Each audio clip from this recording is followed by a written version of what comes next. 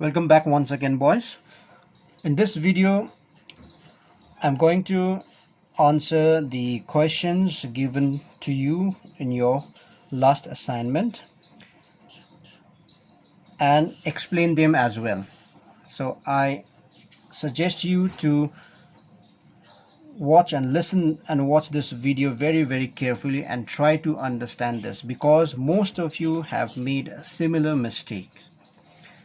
So we'll start with question number 1. Question number 1 says, elements P and Y have atomic numbers 17 and 19 respectively. Write down their electronic configurations and answer the following questions. So the first question over here is we have to write the electronic configurations of P and Y. Let's go to sub question number A. To which group and period do they belong to? Number B, are they metals or non-metals? And number C, are they reducing agents or oxidizing agents? So about all these questions which are asked over here, we have already discussed in our previous classes. So it shouldn't be very difficult for you all to answer. Let us see. I would like to tell you one very important thing regarding this type of question, and that is, whenever you have question where instead of original name some imaginary names are given to you, imaginary names of elements are given. Over here the imaginary names are P and Y. So over here there's no need to be very smart and try to find their real name in the periodic table and write their real names over here as answers.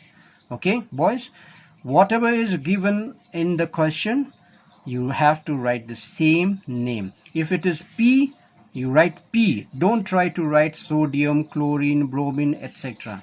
Okay. If it is Y, write Y only.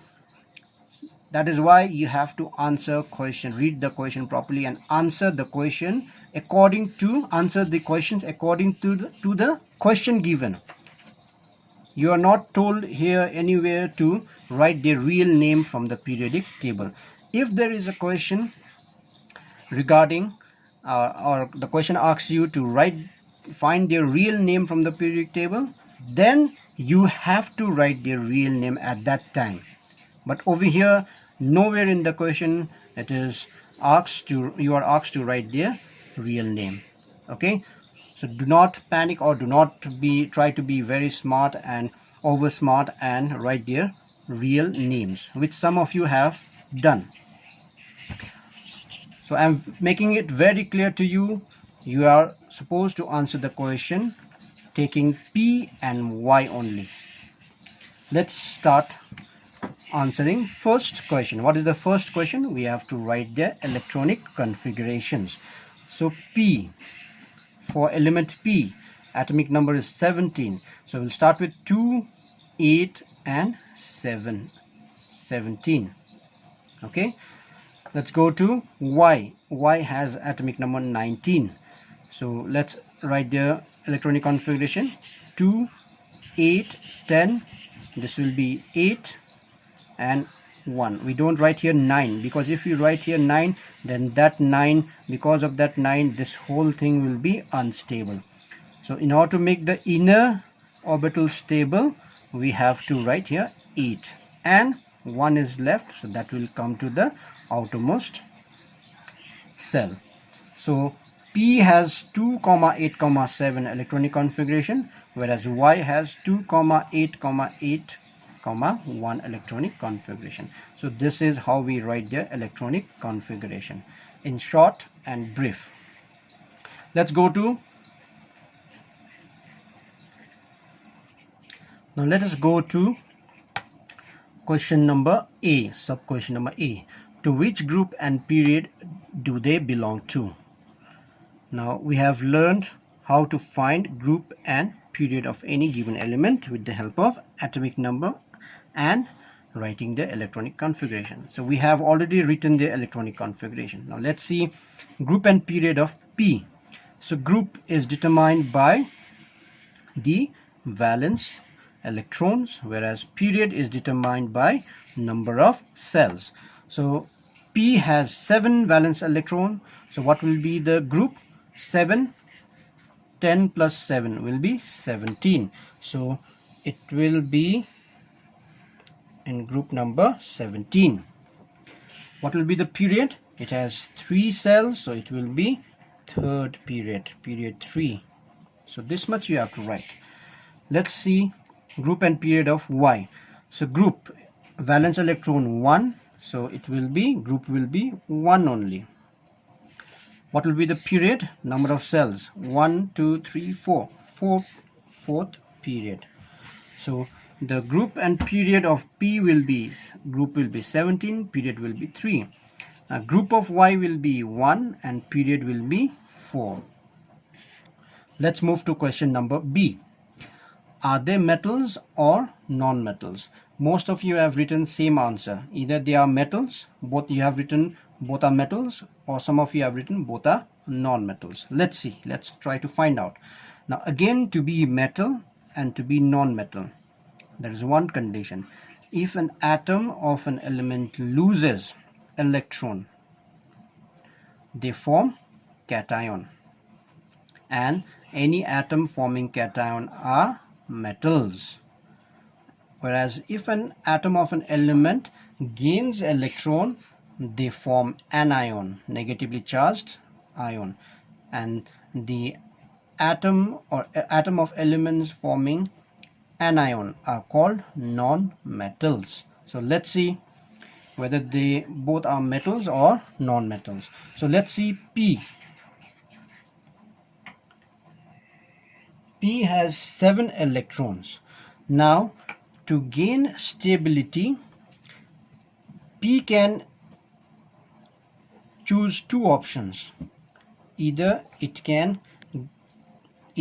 gain 1 electron to have 8 electrons in the valence cell, or lose all 7 electrons and come down to inner stable configuration. Which one is easier? Correct. Gaining 1 more electron is easier. So if P gains 1 electron, then the outer cell will have now 8 electron, which will be stable configuration. Hence this P will gain 1 electron. So 1 electron is being added. So if whenever 1 electron gets added or electron gets added, negative charge will be created. That means P will form an ion. Okay, so atom forming anion are non-metals. So P is non-metal. Why? Because it forms anion. Let's see why now. Again, let's try to understand how it can achieve stable configuration. Now it has 1 valence electron. Now Y can either lose 1 electron and come to inner stable configuration, or it can receive 7 electrons and come to or attain 8 electrons in its valence cell. Which one is easier? Correct. Losing 1 electron. So it will lose 1 electron and will come to inner stable configuration. So it will lose 1 electron. So losing 1 electron means losing negative charge. Therefore, positive charge will be increased and therefore it will form cation. So Y is forming cation. Therefore, Y is a metal. So we have answered B also. Let's go to question number C. Are they reducing agents or oxidizing agents? Now about reducing agents and oxidizing agents, we have recently discussed in our last class. Okay. Now with the help of that class, understanding of that class, let us try to answer question number C. Any atom which loses electron, that means loses means it will give electron to some other atom. So whenever an atom loses electron, they are called reducing agent. Whenever atom loses electron, then that atom which loses electron are called reducing agents, because they help others to gain electron and reduce. Therefore, since they are helping others to reduce, they are called reducing agent. So Y loses electron, and in doing so Y will help some other atom to reduce. Therefore, Y is reducing agent. So Y is reducing agent. Why it is reducing agent? Because it is helping others to reduce by giving electron. Let us see P. Now, any atom which gains electrons,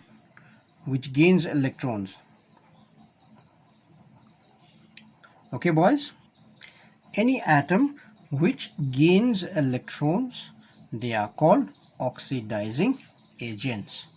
So over here P is gaining electron, therefore P is oxidizing agent. It helps other to oxidize, therefore P is an oxidizing agent. So in this way you have to answer all these questions, short and brief. Let's go to question number 2. Compare the elements of group 1, 2 and 17 on the following basis: valency, reactivity and metallic character. You just need to write in brief only. Let's see, group 1, group 2, group 17. So I'm comparing these 3 properties for all this group elements. Group 1, what is the valency? Valency 1. What is the valency of group 2? 2. What is the valency of group 17? 1. Most of you have written here 7, which is incorrect. So we have already compared their valency. Group 1 valency 1, group 2 2, group 17 1. Reactivity. Group 1 elements are very reactive. Very reactive, and their reactivity goes down, or reactivity increases as we move down the group. Group 2 elements are also reactive, but quite less reactive than group 1. So they are reactive but less than group 1. Okay, elements. What about the reactivity of group 17? Now, group 17 elements are also very reactive like group 1 elements. So they are very reactive. That's why these two being oppositely charged, group 1 are metal, group 17 are non-metals, and since they both are very reactive, they react with each other very easily, forming metal halides. Let's see question number 6, metallic character. Group 1 elements are metallic or metals. Okay, group 2 elements are also metals because they both form cations, whereas group 17 elements are non-metals. So they don't have metallic character, in fact they have non-metallic character. Let's move on to question number 3.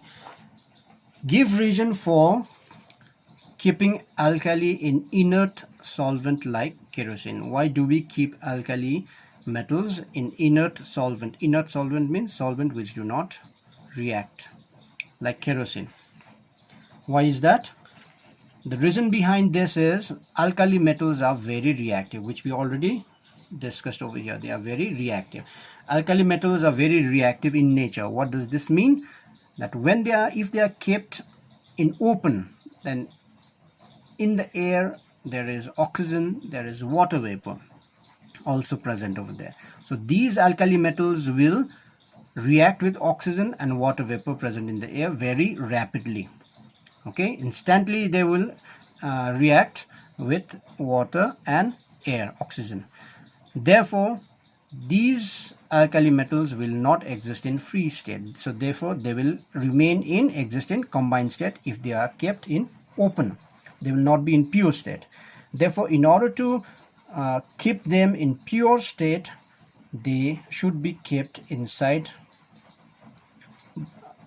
bottles, containers, and some inert solvent has to be kept. So they are kept or submerged in inert solvent like kerosene, because this kerosene will not allow the alkali metals to come in contact with water vapor or oxygen gas present in the air.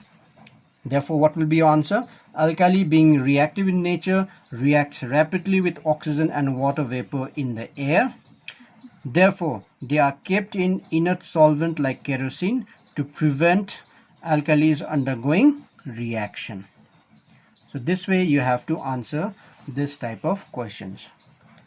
So I hope now I have made you very clear how to write answers for this type of questions. Please do practice similar type of questions which are there in your book.